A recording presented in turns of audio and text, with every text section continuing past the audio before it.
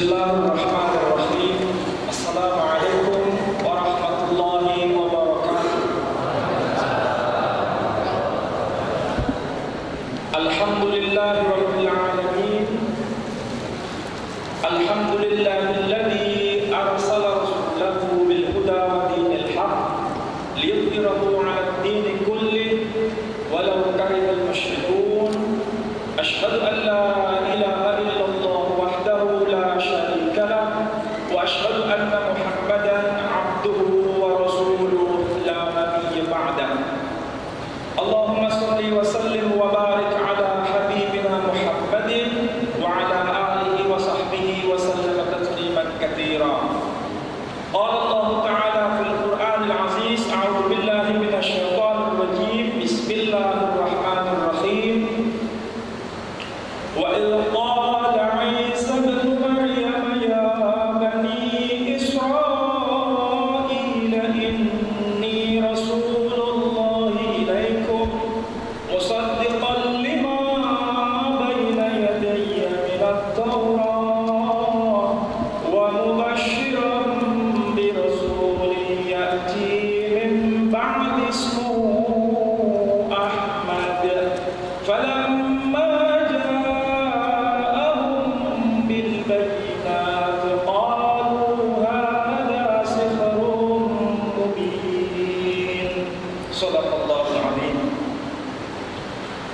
Bapak-bapak dan ibu-ibu dan rekan-rekan yang berbahagia, pada siang hari ini kita akan mencoba untuk mentadabbur, mempelajari ayat-ayat Al-Quran sebagaimana yang telah saya kutip tadi dari surat As-Saff, surat yang ke-61 ayat yang ke-6. Ini terkait dengan peristiwa besar yang pada bulan ini seluruh kaum muslimin di dunia sedang merayakan yang kita sebut dengan istilah Maulidun Nabi Allah. Ada dua momen besar sebetulnya pada bulan ini. Yang pertama, kaum Kristiani dari mazhab ortodoks. Kaum Kristen itu sebetulnya ada tiga kelompok besar. Ada Kristen Katolik, ada Kristen Protestan, itu merayakan Natal pada tanggal 25 Desember. Sedangkan kaum Kristen Ortodoks yang tempatnya kebanyakan mereka ada di Timur Tengah, mereka merayakan bukan pada tanggal 25 Desember, tetapi pada tanggal 7 Januari. Sementara kaum Muslim kemarin merayakan Maulidun Nabi insya Allah sekitar tanggal 3 Januari. Seingat saya. Berarti ada dua peristiwa besar. Yang pertama kita sebut dengan istilah Maulidun Nabi, yakni merayakan, memperingati kelahiran Nabi yang bernama Muhammad sallallahu alaihi wasallam. Dan saudara kita kaum Kristen Ortodoks merayakan Aidul Milad. Jadi bukan merayakan Natal, tapi merayakan Aidul Milad. Artinya Aid itu perayaan, Milad itu sama dengan kelahiran. Kita Muslim merayakan Maulid. Jadi Milad dan Maulid diambil dari kata yang sama. Ini yang kemudian bisa kita bedakan. Bapak Ibu sekalian, tadi takmir dan sekaligus pengurus sudah memberikan wasiat kepada saya untuk berbicara mengenai sosok manusia yang bernama Muhammad sallallahu alaihi wasallam dari konteks agama-agama. Saya menjelaskan mulai dari dasar. Agama-agama samawi ini kita kenal dengan tiga agama besar. Yang pertama yang disebut sebagai agama Yahudi atau Judaism. Yang kedua agama Kristen, dan yang ketiga agama Islam. Ini yang disebut sebagai agama-agama samawi atau agama-agama Ibrahimiyah. Mengapa disebut Ibrahimiyah? Karena ujung-ujungnya merujuk pada sosok manusia yang bernama Ibrahim. Sambil contoh, Muslim dalam setiap sholatnya selalu bertakbir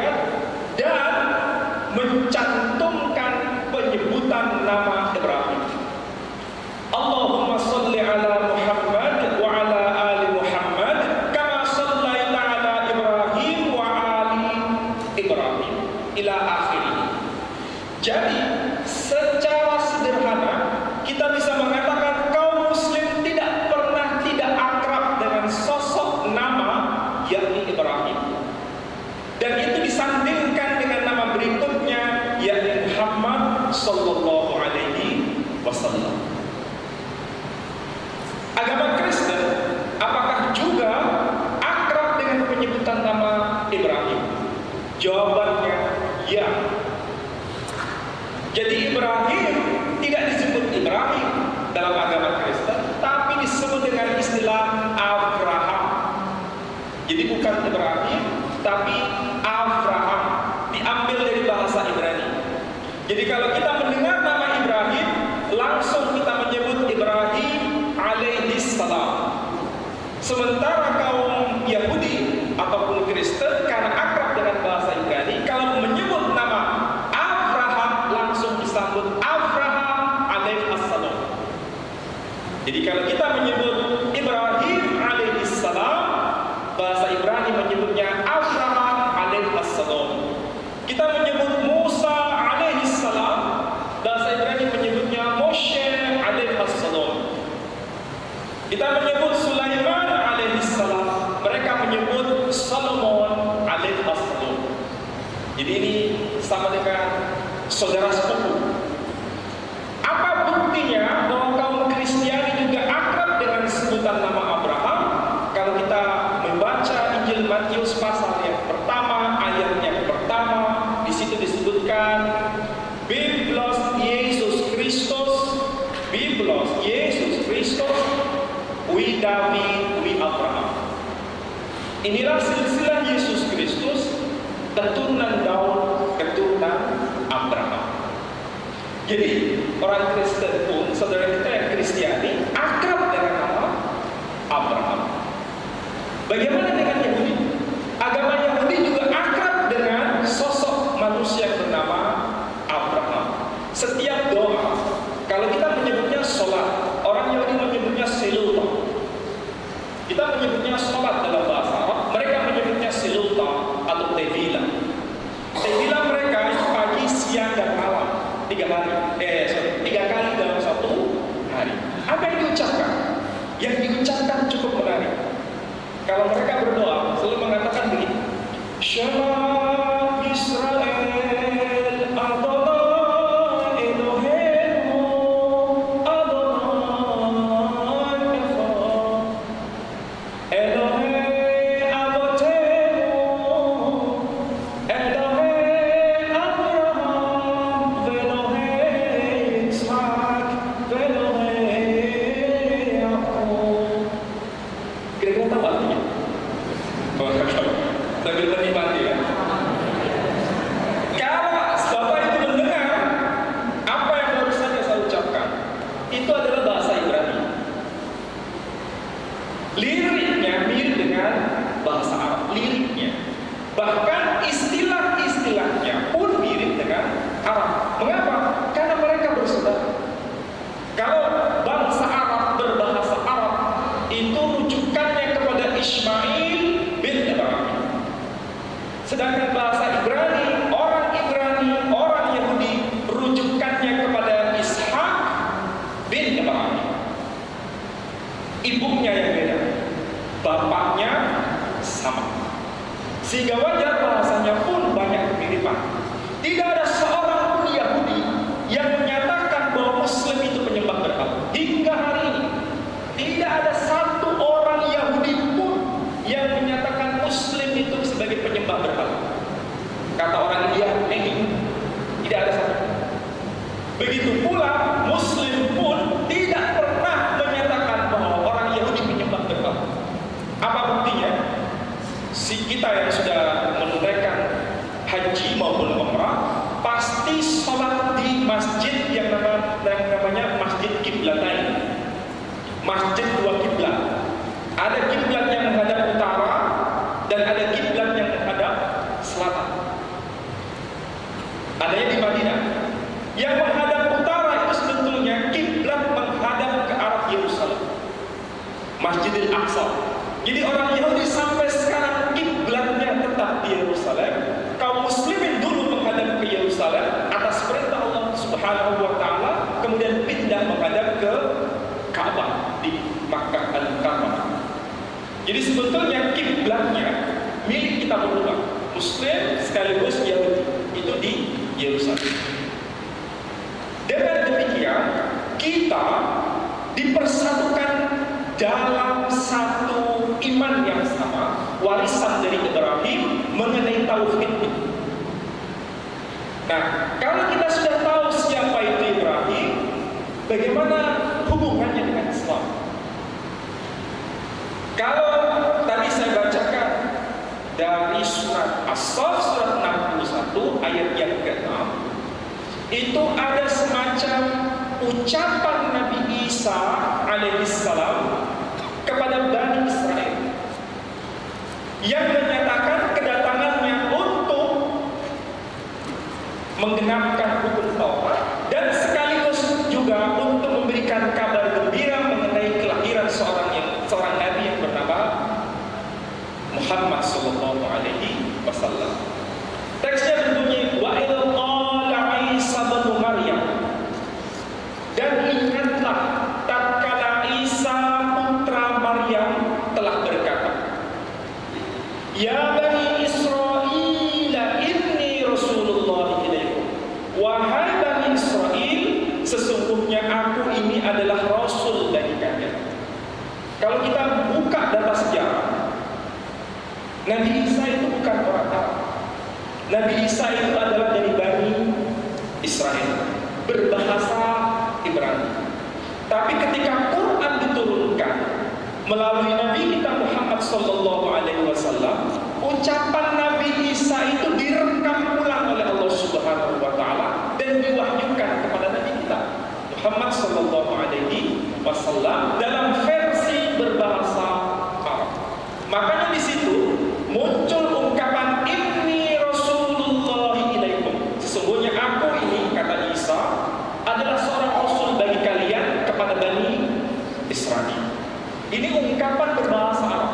Tapi sebetulnya Nabi Isa tidak berbahasa Arab, tapi berbahasa Aramaik atau Siro-Aramaik atau bahasa Suryani. Di pesantren disebut Suryani. Nah, setelah mengatakan inni Rasulullah ilaikum musaddiqan lima baina yadayya minat Taurat, membenarkan mengenai keberadaan kitab Taurat, wa mubasysyiran bi rasulin ya'ti min ba'd ismuhu Ahmad, dan sekaligus memberikan kabar gembira bagi kalian semua orang Bani Israel tentang kedatangan seorang rasul setelahku yang bernama Ahmad. Falamma ja'ahum bil bayyinati qalu hadza sihrun mubin. Maka tatkala rasul yang dinubuahkan ini datang, maka rasul ini didustakan oleh mereka. Jadi di situ dikatakan wa basyirun tulis bi rasuli ya'ti min ba'd ismuhu Ahmad, memberikan kabar gembira tentang kedatangan seorang rasul yang bernama Ahmad. Ini penting untuk dipahami kaum muslimin semua. Jadi Nabi Isa sendiri itu sudah menyatakan kepada Bani Israel kedatangan Nabi kita Muhammad itu, kelahirannya merupakan sebagai kabar gembira. Jadi kabar gembira, kabar sukacita, bukan sekedar peristiwa biasa, tapi kabar yang betul-betul kabar gembira kepada Bani Israel. Inilah sebabnya melakukan perayaan Maulidun Nabi merupakan ungkapan kabar gembira, kegembiraan bagi kita, dan itu harus kita lakukan dengan cara seperti ini, bukan dengan cara yang foya-foya, bukan dengan cara yang pura-pura, tapi dengan cara seperti ini supaya kita bisa ittiba apa yang dikatakan Rasul dan apa hikmahnya kelahiran Rasul. Jadi Nabi Muhammad sallallahu alaihi wasallam belum dilahirkan, tetapi Nabi Isa sudah menyebutkan namanya. Bahkan sekarang ini sudah beredar di dunia maya tentang ditemukannya The Gospel of Turkey. The Gospel of Turkey itu tertulis dalam bahasa Suryani. Ketika dibandingkan dengan The Gospel of Barnabas yang ditulis dalam bahasa Latin dan bahasa Spanyol, yang bahasa Latin, bahasa Spanyol itu memang ditulis pada abad ke-16. Abad 16. Abad ke-16 berarti Islam sudah ada. Islam sudah eksis. The Gospel of Barnabas yang bahasa Latin dan bahasa Spanyol. Tapi ketika dibandingkan dengan The Gospel of Turkey, ternyata isinya sama, mengandung 3 perkara. Yang pertama Nabi Ismail. Yang kedua, yang disalibkan itu bukan Isa tapi Yudas Iskariot. Dan yang ketiga, disebutkan nama Nabi kita di dalam The Gospel of Turkey. Dan The Gospel of Turkey berbahasa Suryani itu ternyata para ahli mengidentifikasinya ditulis pada abad ke-4 Masehi. Sedangkan Nabi kita Muhammad sallallahu alaihi wasallam dilahirkan tahun 571 Masehi, alias abad ke-6. Jadi nama Ahmad, nama Muhammad sudah disebutkan dalam The Gospel of Turkey abad ke-4, sedangkan kelahiran manusianya baru abad ke-6, berarti ada jeda waktu 2 abad. Itulah yang menyebabkan Paus Benediktus sering dari Vatikan menuju Ankara berkali-kali sebelum beliau menurunkan tahtanya sendiri. Dan itu fakta. Entah beliau sekarang sudah menjadi bagian dari kita atau belum. Yang jelas turunnya beliau dari kursi kepausan itu ketika setelah ditemukannya The Gospel of Turkey. Nanti kita bisa diskusikan ke depannya. Nah, menyangkut nama sosok yang bernama Ahmad atau Muhammad ini sebetulnya juga telah dinyatakan oleh Ibrahim menurut Quran sendiri. Menurut Quran, dalam Al-Quran, yang bawa Quran bisa dibuka itu, dalam surat Al-Baqarah, surat yang kedua, ayat yang ke-129 disebutkan begini. Rabbana wa ba'ath fihim rasulan minhum, wahai Tuhan kami, wa ba'ath fihim, utuslah, bangkitkanlah, fihim, bagi kalangan mereka, rasulan minhum, seorang rasul dari kalangan mereka sendiri, yatlu alaihim ayatika, yang akan membacakan kepada mereka ayat-ayatmu, wa yu'allimuhumul kitaba, dan mengajarkan kepada mereka alkitab, wal hikmata, dan hikmah, wa yuzakkihim, dan membersihkan mereka, innaka antal azizul hakim, sesungguhnya engkau adalah yang maha perkasa lagi maha bijaksana.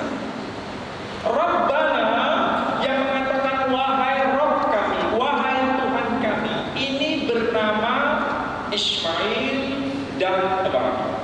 Ayat sebelumnya itu memberikan informasi kepada kita, dua manusia yang bernama Ibrahim dan Ismail itu berdoa kepada Allah setelah pembangunan Ka'bah. Jadi Ka'bah dulu didirikan, baru kemudian Nabi Ibrahim dan Ismail berdoa, diharapkan dari keturunannya nanti muncul seorang rasul. Tapi tidak disebutkan namanya. Di sini tidak dikatakan rusulan, bangkitkan dari antara mereka rasul-rasul, tidak. Tapi dikatakan seorang rasul. Ayat ini memberikan informasi yang tersembunyi bahwa Nabi Muhammad SAW sebelum dilahirkan, Nabi Ibrahim sudah mengetahui apa yang akan terjadi pada masa depan tentang munculnya sosok yang bernama Rasul Ahmad Muhammad ini. Itulah sebabnya dalam kitab Kejadian, tahu kitab Kejadian? Oh, tidak tahu ya? Nah, kebetulan ini sekarang saya sedang bawa yang namanya Alkitab Ejlem Besebetul. Kalau Bapak Ibu pasti paham namanya Alkitab atau Bible. Bible atau Alkitab, The Holy Bible, berarti ya The Holy Bible. Kalau di Indonesia menyebutnya Alkitab. Kalau orang Madura tidak menyebutnya Alkitab tapi Alkitab. Di dalam Alkitab ini tentu bukan bahasa Jawa, tentu juga bukan bahasa Indonesia, tentu juga bukan bahasa Ibrani, tapi terjemahan dalam bahasa Madura. Orang-orang di Madura pasti mayoritas beragama Islam. Mereka akrab dengan Quran karena dibaca setiap bulan, minimal bulan Ramadan. Setelah itu mungkin tidak baca lagi. Ketika mereka membaca, yang muncul dalam benaknya adalah nama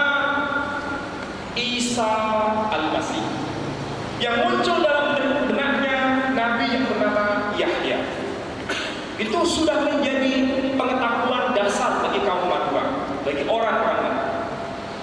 Kaum Kristiani ketika membuat terjemahan Bible dalam bahasa Madura tidak menyebutkan nama Yesus Kristus, juga tidak menyebutkan nama Yohanes, tapi disebutkan nama Isa Al-Masih dan disebutkan nama Yahya. Saya ambil contoh, saya ambil dari Injil Yahya. Injil Yahya. Di situ disebutkan kalau bahasa Indonesianya begini. Yahya dan Yohanes berkata kepada murid-muridnya. Yohanes berkata kepada murid-muridnya, lihatlah dia, Yesus Kristus, domba Allah. Yohanes berkata kepada murid-muridnya, lihatlah dia, Yesus Kristus, domba Allah. Itu yang berbahasa Indonesia. Ini kalau dibacakan kepada orang Madura, pasti tidak paham siapa itu Yohanes, dan juga tidak paham siapa itu Yesus Kristus. Tapi kalau versi berbahasa Madura dalam Alkitab dalam bahasa Madura ini, bahasanya menjadi begini. Yahya ada budak dan murid. Yahya ada budak dan murid. Tengku jua Isa Al-Masih ambi Allah. Yahya ada bagi Nabi Yahya berkata dan murid kepada murid-murid. Tengku jua lihatlah dia.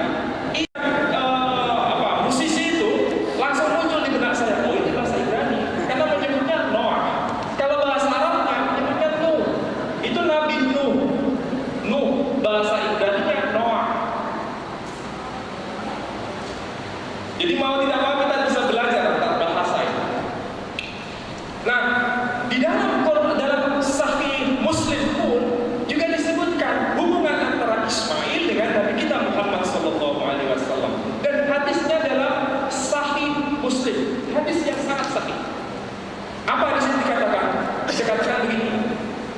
Innallaha astafa Kinanah min waladi Ismail wastafa Quraisyan min Kinanah wastafa Bani Hashim min Quraisy wastafani min Bani Hashim.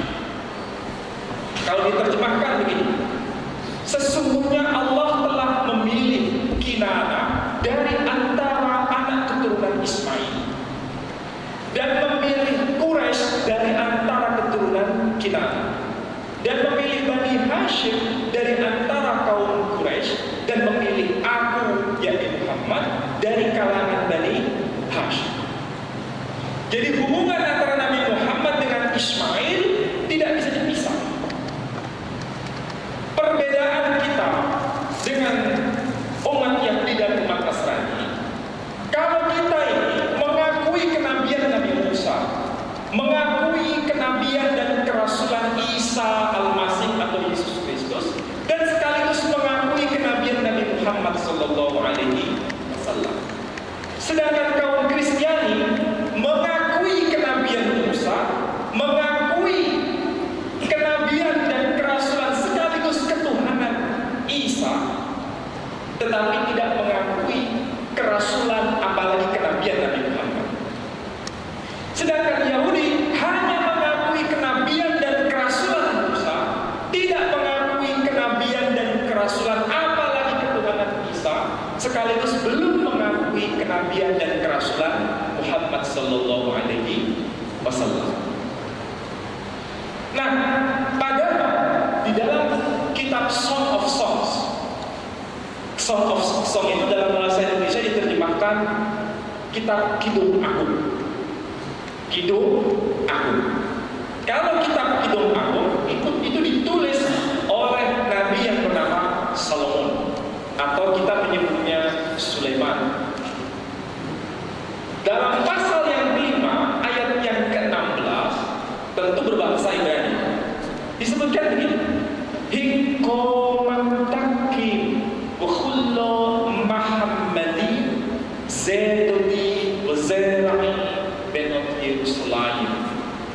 hikmah takkib, ucapannya sangat menyejukkan, sangat indah. Hikmah takkib, wakhullu, dan segala-galanya juga seperti itu. Muhammadin, Muhammadin. Kalau bahasa Arabnya menyebut Muhammadun, kalau bahasa Ibrani menyebut Muhammadin. Zedodi, ayat ini tidak mengatakan Zododi, tapi Zedodi. Z itu hi, bukan shi. Tapi kalau Zod itu si. Tapi di sini dikatakan Zedodi, dialah kekasihku. Wazirani, dan dialah pemimpinku. Ra'i, bahasa Arabnya dalam hadis kan ada kullukum ra'in wa kullukum mas'ulun an ra'iyyati. Ra'i, penggembala, bisa bermakna gembalaku, bisa bermakna pemimpinku. Itu ra'i, bahasa Ibrani juga ra'i. Zirani, dialah pemimpinku. Belum Yerusalem, wahai wanita-wanita Yerusalem. Jadi Sulaiman menyebut orang yang disebut Muhammadin ini kepada hadapan orang-orang perempuan Yerusalem. Ini sebetulnya bentuk metafor bagaimana Nabi Sulaiman yang laki-laki menyebut sosok yang disebut Muhammadin ini laki-laki sebetulnya, tapi dia kabarkan kepada manusia-manusia perempuan, yakni benar Yerusalem, wanita-wanita Yerusalem. Artinya hubungan antara Sulaiman dengan sosok manusia yang ditunggu yang bernama Muhammadin itu sudah ada pada zamannya, meskipun orangnya belum dilahirkan. Itu sampai sekarang tertulis dalam bahasa Ibrani. Cuma masalahnya kalau kita membaca terjemahannya tidak muncul kata Muhammadin. Yang muncul adalah yang penuh kemegahan. Tidak jelas apa itu yang penuh kemegahan. Jadi orang yang penuh kemegahan. Apa itu maksudnya? Sama seperti kita kalau menerjemahkan kata Muhammad. Artinya apa? Dalam bahasa kita, orang yang terpuji. Tapi kalau orang yang terpuji, siapapun bisa menjadi orang yang terpuji. Tidak jelas siapa yang dimaksud. Tapi kembali kepada bahasa aslinya, kalau menyebut Muhammad berarti orang yang jelas. Kalau menyebut kata Muhammadin berarti orangnya jelas. Jadi mau tidak mau kita bisa merujuk dalam kitab Perjanjian Lama, tentu dalam bahasa Ibrani. Nah, syukur-syukur kalau kita akrab dengan dua bahasa itu. Mungkin yang lebih dasar kita pasti tahu, kalau ketemu dengan saudara sesama pasti mengatakan Assalamualaikum. Mereka kalau ketemu dengan sesamanya menyebut Shalom Alaikum. Kalau kita menyebut haji, mereka menyebut haji. Kalau kita menyebut istrinya Ibrahim dengan nama Hajar, mereka menyebut istri Abraham dengan nama Hagar. Jadi bahasa Ibrani itu bisa mengucapkan huruf G, tidak bisa mengucapkan huruf J. Bahasa Arab sebaliknya, bisa mengucapkan huruf J, tidak bisa mengucapkan huruf G. Kalau bahasa Arab kaki itu disebut rijl, bahasa Ibrani-nya menyebutnya regel. Mungkin di Jawa jadi rewel itu ya, tapi nggak rewel. Jadi regel, rijl, G, regel, huruf G. Ini sebetulnya hampir sama seperti fenomena kita dengan orang Madura. Orang Jawa itu kalau menyebut pintu itu lawan, ya kan? Orang Madura menyebutnya label. Kalau ibu-ibu atau gadis-gadis yang ada di zona itu selalu akrab dengan masakan, kalau tidak ada bumbu itu pasti nggak bisa masak, yang disebut bawang. Orang Madura tidak bisa mengatakan bawang, mereka menyatakan bebel. Jadi kalau orang Jawa huruf W, orang Madura menjadi huruf B. B dan W kalau dalam ilmu linguistik sama dengan huruf bilabial, huruf bibir. B, W itu huruf bibir. Ini menandakan kedekatan bahasa itu bisa dipakai sebagai ajang untuk riset, baik itu agama maupun yang non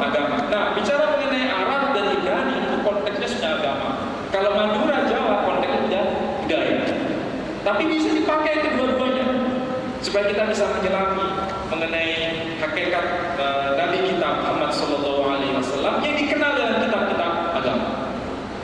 Mungkin Bapak Ibu baru tahu bahwa nama Nabi kita itu sudah tercantum dalam kitab agama-agama sebelumnya, termasuk kitab Perjanjian Lama. Dalam kitab Perjanjian Lama, terutama kitab Kejadian itu, ada pernyataan Allah Subhanahu wa Ta'ala kepada Nabi Ibrahim, kepada Abraham. Apa yang dikatakan? Dari benih mula seluruh bangsa ini akan mendapat berkat. Jadi ada ucapan Allah Subhanahu wa Ta'ala kepada Ibrahim dalam kitabnya agama Yahudi maupun kitabnya agama Nasrani, dinyatakan dari benih mula semua bangsa ini akan mendapat berkat.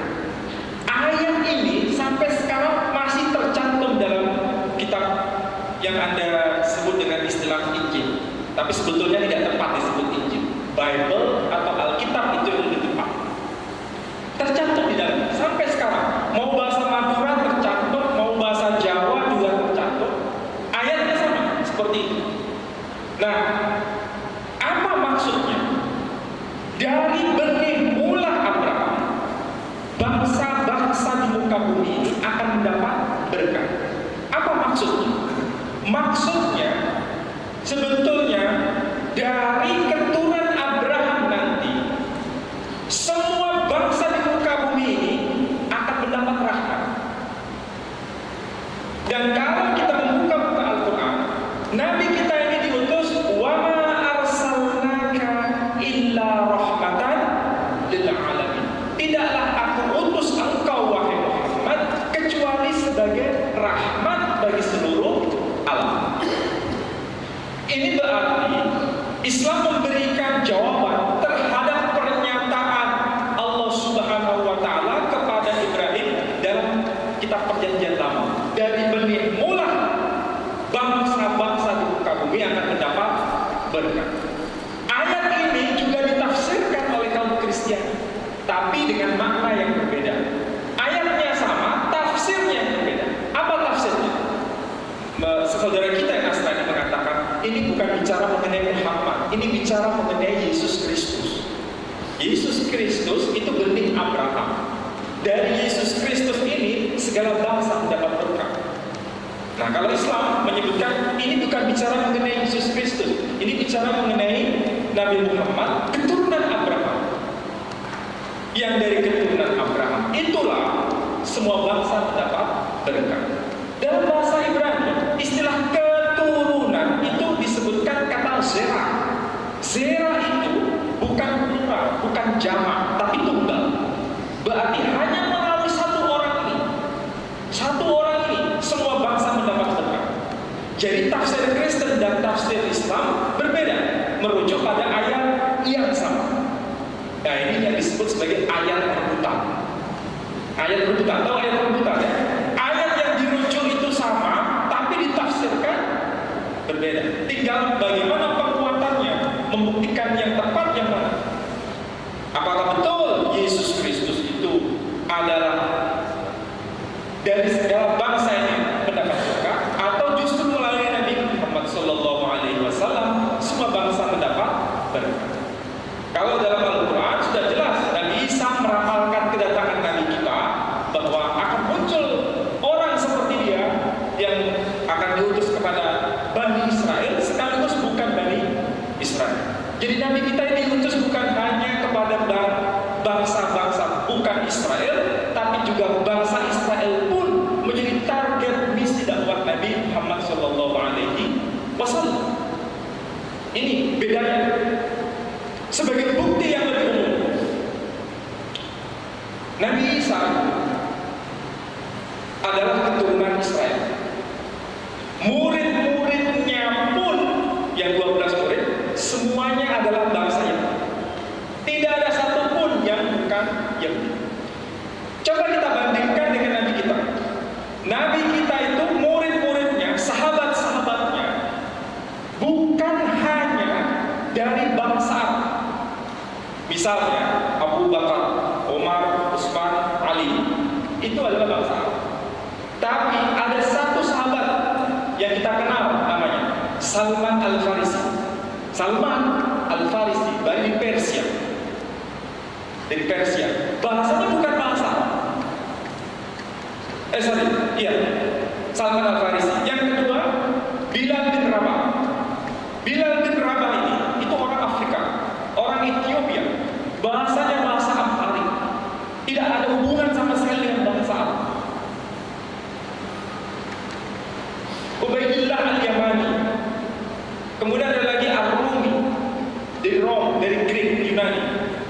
Bahkan ada juga sahabatnya yang bernama Abdullah bin Salam, seorang rabi Yahudi. Rabi itu dalam bahasa Jawa engkau. Tapi kalau dalam bahasa Yahudi, rabi itu artinya ulama. Jadi Rabai Mordechai Eliyahu berarti itu bukan sekedar ustaz, tapi ulama, orang yang betul-betul menjadi rujukan. Rabai. Orang ini bernama Abdullah bin Salam dan itu menjadi sahabat beliau dan hadisnya tercantum di dalam kitab Sahih Bukhari. Berarti beliau ini adalah orang Yahudi berbahasa Ibrani, tidak ada hubungan sama sekali dengan orang Arab. Jadi Nabi kita itu murid-muridnya dari bangsa-bangsa, bukan satu bangsa. Dan tidak ada nabi-nabi lain yang muridnya itu berasal dari bangsa-bangsa lain. Bahkan kalau kita mau membuka Quran ini keajaiban Quran. Kalau kita membuka Quran, semua bahasa di dunia ini masuk di sini. Semua bahasa. Bahkan semua dokumen agama masuk di sini. Saya ambil contoh. Kebanyakan di sini pasti sudah menikah. Mungkin yang sebelah sini banyak belum menikah. Yang sini sudah. Dan akrab dengan ayat misalnya bunyinya ini. Nisa'ukum harthul lakum fa'tu harthakum anna syi'tum. Nisa'ukum wanita-wanita atau perempuan-perempuan bagi kalian wahai para lelaki, harthul lakum laksana ladang bagi kalian. Fa'tu harthakum cocok tanamilah ladang kalian anna syi'tum sebagaimana yang kamu kehendaki. Ini harus dipikir secara dalam melalui akal dan hati. Jangan dipikir secara serampangan. Jangan dipikir ambil ayat yang paling akhir sebagaimana yang kamu kehendaki. Oh bahasa kamu ini. Jangan. Ini kesalahan pikir ya. Betul-betul fatal. Coba pahami ayatnya. Laki-laki itu diibaratkan peladang. Wanita, istri diibaratkan ladang. Artinya ladang itu pasif, sedangkan peladang itu aktif. Peladang yang baik memperlakukan ladangnya dengan sebaik-baiknya. Dia akan merawat ladangnya sebaik-baiknya. Dia akan menampilkan dirinya sebagai peladang yang sebenar-benarnya. Dirawat sedemikian rupa. Menanam dengan cara yang baik. Tidak mungkin peladang yang baik itu memperlakukan ladangnya dengan cara memberi benih yang jelek. Itu peladang yang baik. Supaya nanti benih yang ditaburkan pada ladang yang baik membuahkan buah yang baik. Ini filosofinya sangat tinggi. Jadi benih yang menentukan itu bukan ladang, tapi yang menentukan adalah peladang. Jenis tanaman yang menentukan itu peladang, bukan ladang. Ini dari sisi kedokteran terbukti bahwa kita kaum lelaki, yang kaum perempuan, sebentar. Laki-laki itu kromosom X dan Y. Perempuan XX. Ketika ketemu X kita dengan X istri kita, maka muncul anak perempuan. Tapi kalau yang dikeluarkan kita itu Y, sedangkan istri kita mengeluarkan X, maka jadilah anak lelaki. Jadi yang menentukan jenis kelamin itu bukan perempuan, tapi laki-laki. Makanya ada rekayasa untuk bagaimana Pak supaya nanti anak saya jadi perempuan, bagaimana supaya anak saya jadi laki-laki. Nah, ada rekayasa itu. Jadi rekayasa duniawi, tapi sudah diberikan resepnya oleh Allah Subhanahu wa taala seperti itu. Nah, ayat seperti ini ternyata termaktub juga di dalam kitab yang namanya Manawadharma Sastra. Kitab Manawadharma Sastra itu adalah kitab agama Hindu. Orang Hindu pasti akrab dengan kitab Manawadharma Sastra. Ada kitab Itihasa. Itihasa itu ada Mahabharata, ada Ramayana. Nah, pasti sudah dengar Ramayana itu Mahabharata. Nah, kalau Dharma Sastra itu bagian dari Smriti Weda. Di dalamnya tertulis ayat begini, Asturino Garbhavatyani Sattu. Asturino Garbhavatyani Sattu artinya perempuan ibarat ladang. Oh para lelaki, taburlah benih padanya. Pesan yang diungkapkan antara Dharma Sastra, kitab agama Hindu, dengan Islam ada kesamaan beritanya. Ini menandakan Islam sekaligus memberikan konfirmasi agama-agama sebelumnya itu bukan dinafikan, tapi dirangkul. Artinya agama, dokumen-dokumen agama ini yang benar dilestarikan, yang keliru-keliru itu dibuang. Itulah sebabnya Quran disebut Quran. Pak Quraisy memberikan jawaban yang sangat bagus ketika menyebutkan istilah Quran. Kenapa dalam Quran muncul bukan Quranun tapi Quran? Karena tanwin dalam bahasa Arab itu maksudnya merujuk pada summary. Summary, ringkasan. Ringkasan dari apa? Kalau Quran itu teks, berarti Quran ini summary atau ringkasan dari teks-teks sebelumnya. Berarti Quran ini merangkum, menyamari, meringkas dari teks-teks agama sebelumnya. Mau mencari Injil ada di sini. Mau mencari Taurat ada di sini. Mau mencari teks Weda ada di sini. Bahkan istilah Maruta dalam Quran, dalam Manawadharma Sastra disebut Dev Maruta.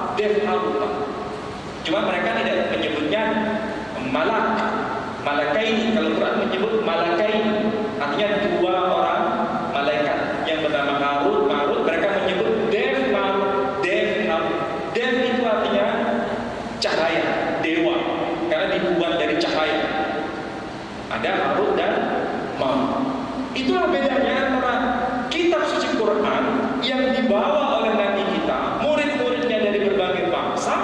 Teksnya kitab suci ini merangkum semua teks-teks agama. Sehingga tidak salah bila Nabi kita ini diutus memang tujuannya untuk semua bangsa, termasuk orang Jawa ini menjadi target dakwah Islam yang dibawa oleh Nabi Muhammad SAW. Bahkan istilah-istilah yang muncul di sini juga bukan hanya istilah berbahasa Arab. Mau cari bahasa Parsi ada di sini. Misalnya kata Firdaus dalam Quran, ternyata itu dalam bahasa Parsi namanya disebut dengan istilah Pardes. Kata Injil dalam Quran, kalau dicari akar katanya bahasa Arab tidak ketemu. Ternyata kata Injil dari kata Inggil dari bahasa Koptik itu diadopsi dari bahasa Yunani, yakni Evangelion. Evangelion itu artinya Injil, dan itu kitab agama Kristiani, dan itu berbahasa Yunani. Evangelion itu bahasa Yunani. Sedangkan Injil itu bukan asli Arab, tapi bahasa asing yang diarabkan. Jadilah Injil. Sama seperti begini, istilah masjid itu asli berbahasa Arab bukan? Jawaban kita pasti mengatakan, ya itu asli Arab. Loh kok bisa? Bisa ditemukan akar katanya. Akar katanya dari kata sajadah. Itu berarti asli. Tapi kalau Injil tidak ketemu akar katanya. Sama sekali tidak ditemukan. Kata Taurat juga tidak ketemu. Kata Musa juga tidak ketemu. Karena itu adalah istilah-istilah asing yang masuk dalam bahasa Arab. Jadi kitab sucinya pun yang dibawa oleh Nabi kita Muhammad SAW menandakan untuk semua bangsa, dan nama Nabi kita pun disebut yang non Muslim. Mudah-mudahan apa yang saya sampaikan ini bermanfaat dan saya kira lebih asik kalau kita masuk dalam tanya jawab. Silakan kalau ada yang mau bertanya. Baik, Bapak Ibu sekalian, dipersilakan kalau ada pertanyaan terkait dengan tema ini, saya dengan saya sendiri dulu. Assalamualaikum warahmatullahi wabarakatuh. Sebenarnya terima kasih Ustaz sudah banyak ilmiahkan beberapa waktu yang singkat. Tadi saya tertarik Ustaz. Yang saya tanyakan adalah seberapa pentingkah kita sebagai umat Islam untuk mengetahui bahasa selain bahasa Arab seperti Ibrani dan sebagainya yang ada di Al-Quran. Karena dengan ilmu kami yang saya ya Ustaz, terhadap bahasanya Al-Quran saja kita belum sanggup tahu maknanya seperti apa. Apalagi ada beberapa hadis yang mengatakan pernah sahabat Nabi Abu Bakar membawa kitab Taurat di hadapan Muhammad SAW. Beliau langsung cuklah Al-Quran yang membaca semacam itu. Dan tapi dalam lain kesempatan Nabi SAW pernah menyatakan juga pada salah sahabat untuk belajar bahasa Ibrani. Dalam hal ini kita yang punya ilmu yang awam lah, Al-Quran saja insya Allah baca tiap hari satu ayat alhamdulillah. Bagaimana kita sampai harus mempelajari bahasa itu? Itu yang pertama. Maaf ini saya nampak. Yang kedua tentang pluralisme, tentang tadi misalnya membuka bahwa semua kitab di agama Samawi menyebutkan Nabi Muhammad SAW dengan nama yang berbeda-beda. Dalam hal ini ada pertanyaan dari mungkin anak kami, anak-anak dari kami. Ada beberapa di ustaz yang memberitahukan bahwa intinya sama, gitu, semuanya sama. Apalagi dengan pernyataan semacam itu, apakah bagaimana untuk membentengi anak kita, gitu, bahwa yang dimaksud dari hal itu memang agama kita itu yang paling sempurna. Dengan kitab yang paling sempurna, semuanya sudah ada di situ. Untuk jawaban yang singkat yang masuk akal bagi mereka, tidak perlu dalil-dalil ada dalam Al-Quran seperti apa sebagainya kan sudah ada. Tapi kita mungkin untuk anak umur 10 tahun itu tahu bahwa Islam ini memang agama yang paling benar. Terima kasih. Assalamualaikum warahmatullahi wabarakatuh. Ya, ada dua pertanyaan. Pertanyaan pertama berkaitan untuk menjelaskan mengenai Islam ini. Memang yang paling utama adalah di kalangan para ulama dan ustaz sendiri untuk memahami bahasa-bahasa selain bahasa Arab. Iya misalnya, yang saya tahu hampir seluruh Indonesia ini yang diajarkan hanyalah bahasa Arab. Padahal bahasa Arab itu salah satu dari bahasa Semit, bahasa Timur Tengah, salah satu. Padahal Quran ini bukan hanya semata-mata bahasa Arab di dalamnya, tapi juga mengandung bahasa-bahasa selain Arab, termasuk Ibrani, termasuk Suryani dan sebagainya. Maka mau tidak mau, suka tidak suka, umat Islam harus mempelajari itu, terutama yang mereka digodok dalam konteks mempelajari agama. Dan itu sudah ada buku-buku klasik para ulama yang klasik, misalnya Al-Itqan fi Ulumil Quran, tulisan Al-Imam As-Suyuti. Itu memberikan penjelasan istilah-istilah Quran yang asalnya bukan dari bahasa Arab, sudah dijelaskan di situ. Cuma tidak banyak yang mempelajari tulisan-tulisan beliau. Artinya tulisannya sudah ada, dokumennya sudah ada, tapi terjadi semacam jarak yang sangat panjang antara generasi sekarang dengan para ulama kita yang terdahulu yang hebat-hebat itu. Seharusnya kan semakin ditingkatkan ilmuannya, penelitiannya, risetnya, bukan terjadi kemandekan. Bahkan mereka tidak tahu sama sekali. Ini mungkin kesalahan kita, pertama kesalahan yang dipakai di gaya hanya diajarkan bahasa Arab. Mengapa bahasa Ibrani tidak? Mengapa bahasa Suryani tidak? Sementara di sekolah-sekolah teologi diajarkan bahasa Ibrani otomatis, tapi juga plus bahasa Arab. Siapa yang salah? Bukan kita yang salah, tapi pemimpin-pemimpin kita yang salah, terutama yang bergerak di bidang agama. Sehingga keilmuannya hanya melulu pada pemahaman bahasa Arab semata-mata, yang lain tidak tahu sama sekali. Pertanyaan yang kedua, untuk kaum awam saya kira bukan tugas itu. Kita hanya belajar Quran.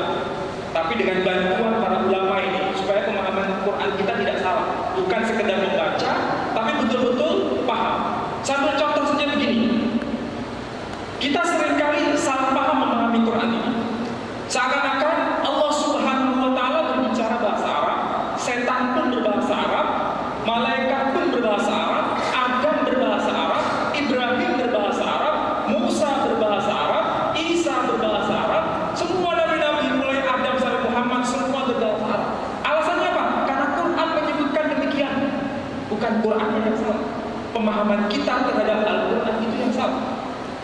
Karena nabi-nabi ini tidak semuanya berbahasa Arab dan tidak semuanya berbangsa Arab. Ya kan? Nah ini kesalahan kita karena hanya tahunya bahasa Arab.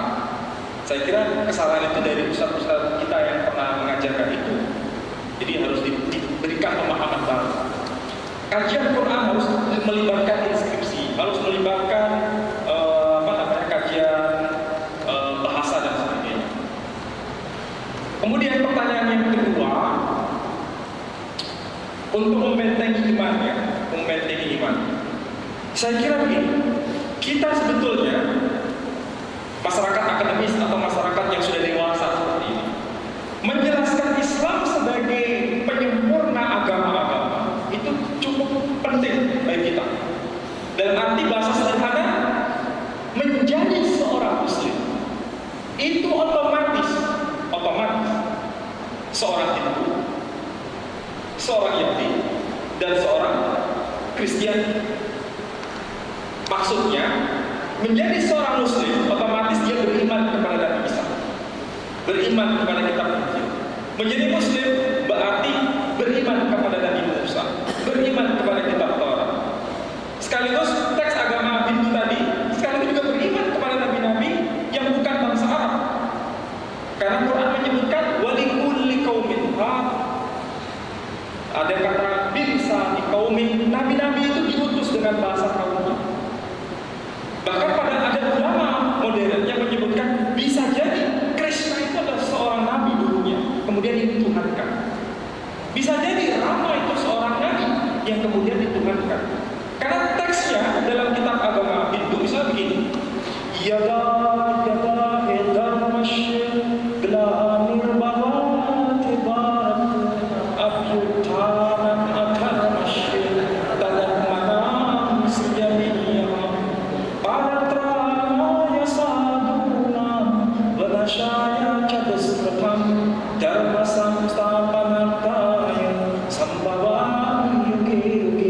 Ucapan itu yang diucapkan oleh Krishna kepada Arjuna. Apa yang dikatakan? Bila kejahatan merajalela, orang-orang bersih, orang-orang satu, orang-orang yang setia, orang-orang bersih hatinya, berada dalam kehimpitan di antara kejahatan-kejahatan itu, maka kelak datang dari zaman ke zaman. Ini konsep mengenai utusan, avatar. Dalam agama Hindu itu ada avatar. Bahkan sampai sekarang orang Hindu itu menanti avatar terakhir, penyelamat terakhir yang akan memberangus kejahatan di muka bumi ini dan menyelamatkan orang-orang yang benar.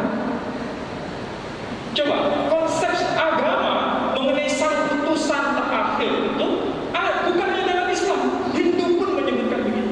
Apalagi tadi saya ungkapkan mengenai Harun Marut, Quran ada, kitab Hindu ada. Berarti kita sebetulnya secara dalam tanda kutip kita juga mewarisi tradisi India. Artinya ada pengakuan bahwa Islam itu mengakui agama Hindu asalnya itu sebetulnya tauhid. Asalnya, meskipun sekarang sudah campur aduk, ya kan? Jadi pengakuan bahwa Islam itu otomatis merangkul semua agama.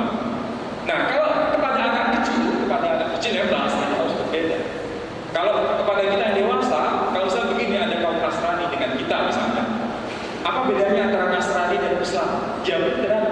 Kalau seorang Muslim otomatis Nasrani Pak, tapi seorang Nasrani belum tentu Muslim. Kalau seorang Hindu belum tentu Muslim, tapi seorang Muslim sudah pasti Hindu. Loh kok bisa begitu? Nah dijelaskan. Jadi sudah menyempurna agama-agama. Kalau anak kecil jangan dijelaskan itu, malah tidak dong, malah bingung. Jelaskan bahwa Islam itu kitab sucinya menyempurnakan agama-agama sebelumnya. Sama seperti presiden. Kita tahu Presiden Soekarno, kita harus tahu Presiden Soeharto, tapi kita hidup di era Presiden Jokowi. Jadi harus mengikuti aturan-aturan Presiden Jokowi, jangan mengikuti aturan pada zaman Presiden Soekarno. Anak kecil pasti paham. Jadi yang lama sudah tidak berlaku lagi, yang baru yang sekarang.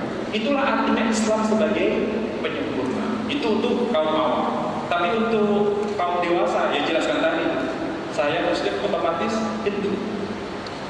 Seorang Hindu belum tentu Muslim. Artinya begini, apa yang saya punya, kamu tidak punya.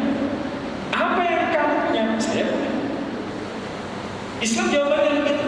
Apa yang kamu punya, saya punya. Apa yang saya punya, kamu tidak punya. Itu hakikat bahwa saya seorang Hindu.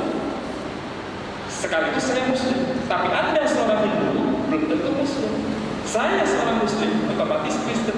Tapi Anda seorang Kristen, belum tentu Muslim. Nah, itu bahasanya sederhana. Penjelasan detail silakan dimaknai sendiri. Itu cara dakwah yang soft. Saya kira itu. Baik, saya kira satu lagi ya pertanyaan. Nanti kalau masih banyak pertanyaan lain bisa diskusi sendiri ya Ustaz. Baik, mungkin satu lagi. Ada Pak Musin. Yang dua Ustaz, tadi nyambung saja. Memang ternyata nama apa Nabi Muhammad itu dari agama sebelumnya sudah diungkap. Pertanyaan saya, kan agama samawi itu tadi kan dari Allah. Seandainya kalau sekarang ada kaum yang konsisten, artinya ngikutin Nabi Isa atau Nabi Ibrahim dengan agamanya pada saat itu, tapi dilakukan pada saat sekarang, apakah itu diperbolehkan? Artinya tadi dari jawab sama Ustaz dengan analog presiden, kalau presiden udah berarti yang memang nggak berlaku. Apakah seperti itu? Soalnya kalau anak undang-undang selama belum dicabut masih bisa berlaku kalau tidak berlaku. Pertanyaan yang kedua Ustaz, tadi saya bertanya dengan ladang dan peladang. Ladang tadi Ustaz itu tinggi filosofinya dan agamanya itu bahasanya itu dalam. Nah, ada satu lagi yang saya tanyakan, mirip dengan ladang dan peladang itu di Al-Quran katanya nikahilah istri-istri itu dari angka 4 dulu gitu kan. Betul atau 4, 3, 2 atau 1 gitu. Kenapa mesti 4 dulu gitu? Nah, ini pertanyaan kedua. Terima kasih Pak.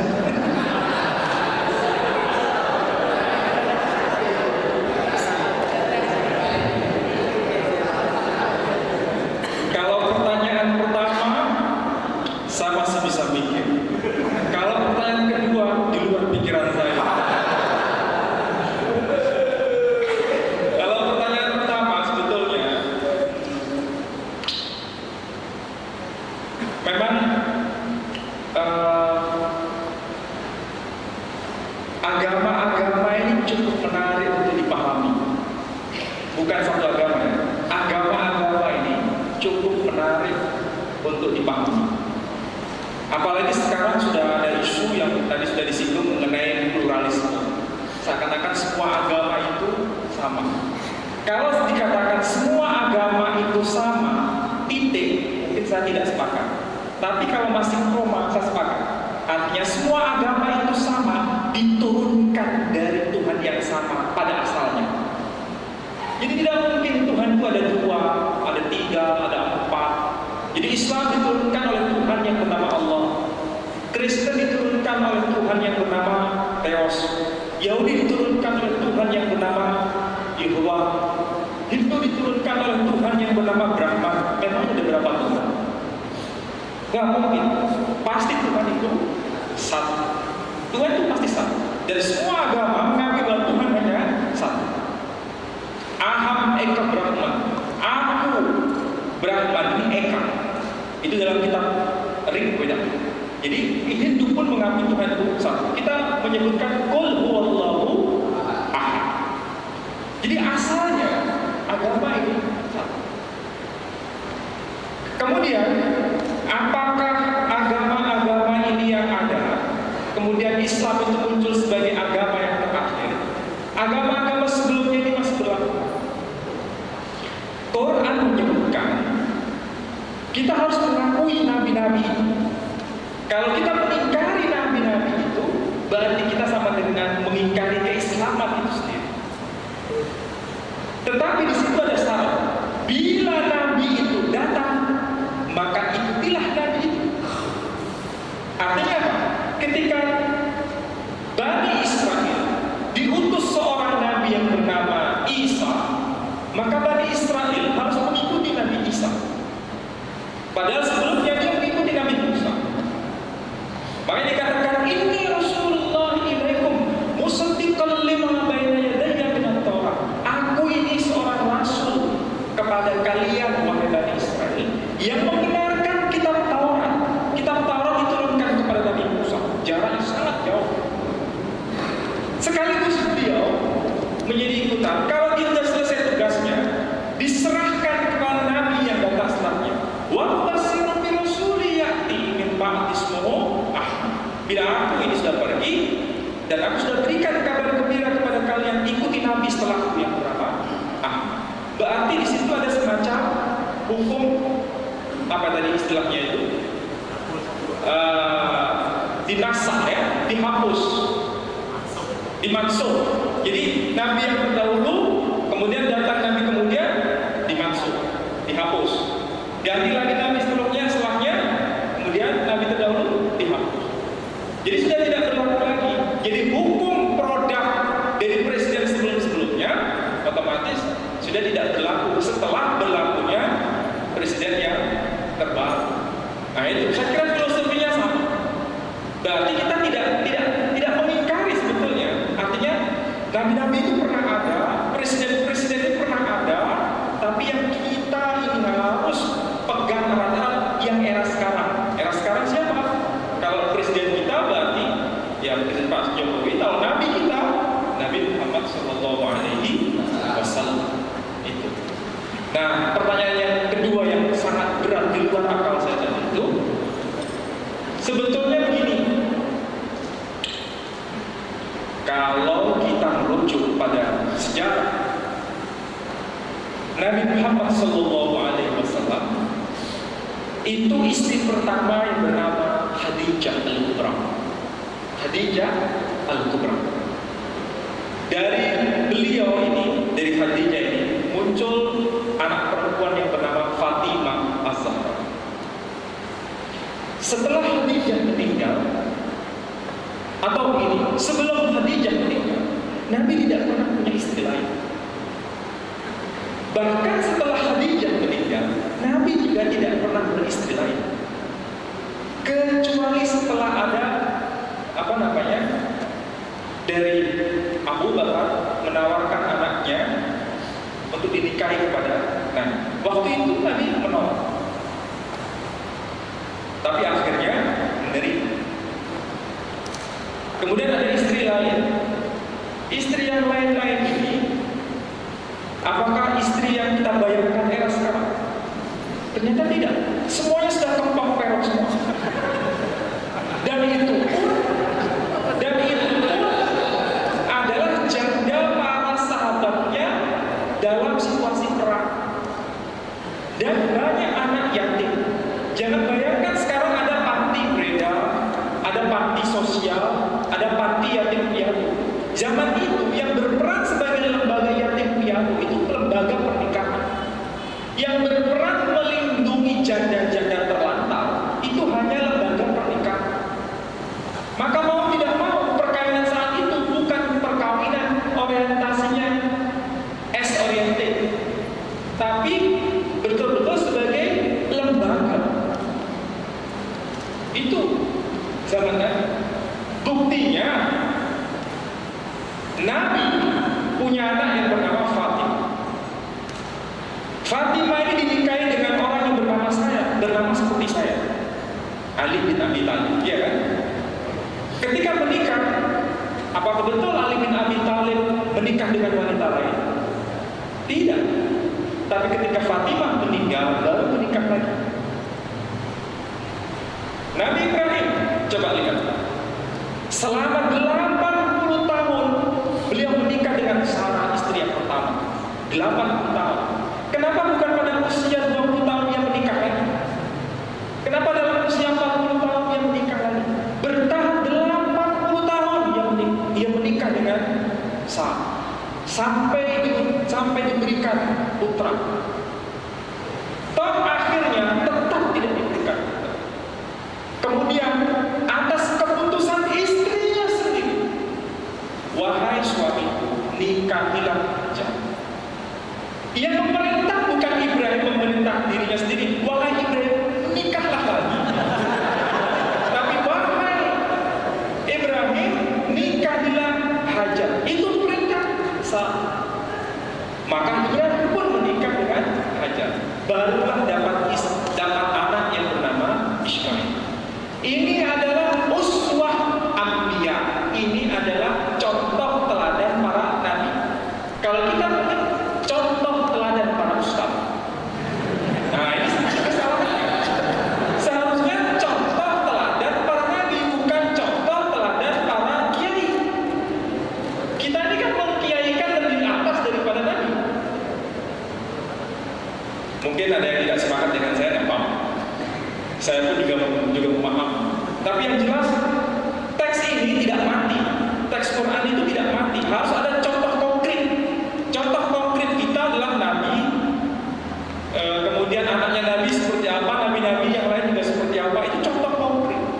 Dan ini ada teksnya. Nah, mengapa kok yang dicantumkan angka 4 dulu? Ya saya juga bertanya, mengapa bukan angka 3 dulu ya? Atau angka 2, baru kemudian kok angka 1? Ini biasanya dalam tradisi Arab itu kalau menyebutkan sesuatu biasanya dari yang terbesar yang kemudian dari yang terkecil. Dan yang terkecil itu kemudian menjadi sebuah jawaban pamungkas. Kalau kamu tidak bisa berbuat adil, 1. Ini sebetulnya bukan ayat kunci ya. Artinya semua orang memang diharapkan pernikahan itu adalah mawaddah warahmah. Itu inti pernikahan, bukan jumlahnya istrimu berapa.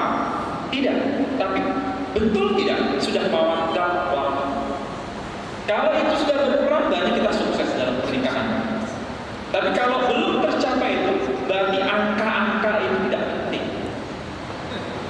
Kalau orang itu sangat kaya, kemudian dia hanya beristri 1, mungkin kekayaannya itu bisa tidak adil. Tapi kalau dia beristri 2, mungkin bisa lebih bermanfaat. Sebagaimana kalau kita tidak begitu kaya, beristri lebih dari 1, itu malah juga tidak adil. Bagaimana kita bisa mengelola harta supaya lebih adil? Semua dikembalikan kepada kita semua. Yang jelas Islam tidak terlalu melarang orang untuk menikah lebih dari 1 dan tidak mengharuskan cukup 1. Saya pun juga nggak bisa melakukan sesuatu karena saya terikat dengan pegawai negeri. Sekali saya salah melangkah, saya langsung turun jabatan. Maka enak ya, jadi pegawai negeri yang istrinya yang enak. Nah, kalau jadi pegawai negeri kita aman ya. Baik.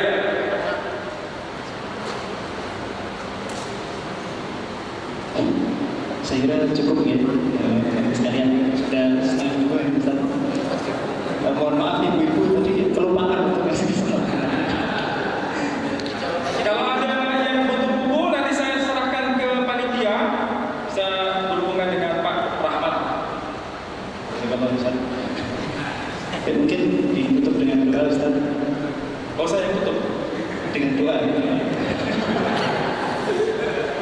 baik supaya apa yang kita lakukan pada siang hari ini bermanfaat dan ilmunya bisa ditularkan kepada yang lain. Mari kita berdoa bersama-sama.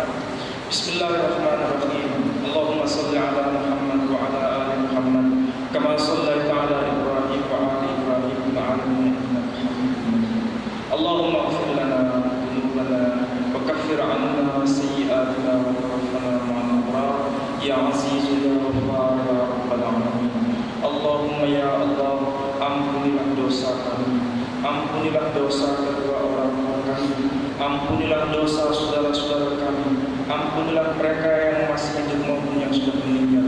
Ya Allah, jadikanlah kami sebagai hamba-hamba yang taat kepada perintah-perintah-Mu dan mencontoh teladan para nabi, dan jadikanlah Al-Quran ini sebagai pedoman hidup kami.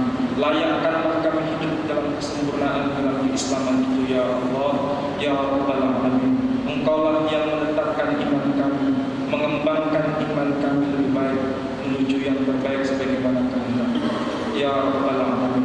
Rabbana zalamna anfusana wa illam taghfir lana wa tarhamna lanakunanna minal khasirin. Wa sallallahu ala Muhammadin wa ala Muhammad walhamdulillahi rabbil alamin. Amin ya rabbal alamin. Bapak Ibu sekalian, rahimakumullah, dengan demikian berakhir acara tausiah kita pada hari ini. Semoga acara kita ini membawa manfaat, barokah bagi kita semuanya. Amin. Kepada Ustaz Muhammad Ali kami ucapkan terima kasih atas kehadirannya dan kita tutup dengan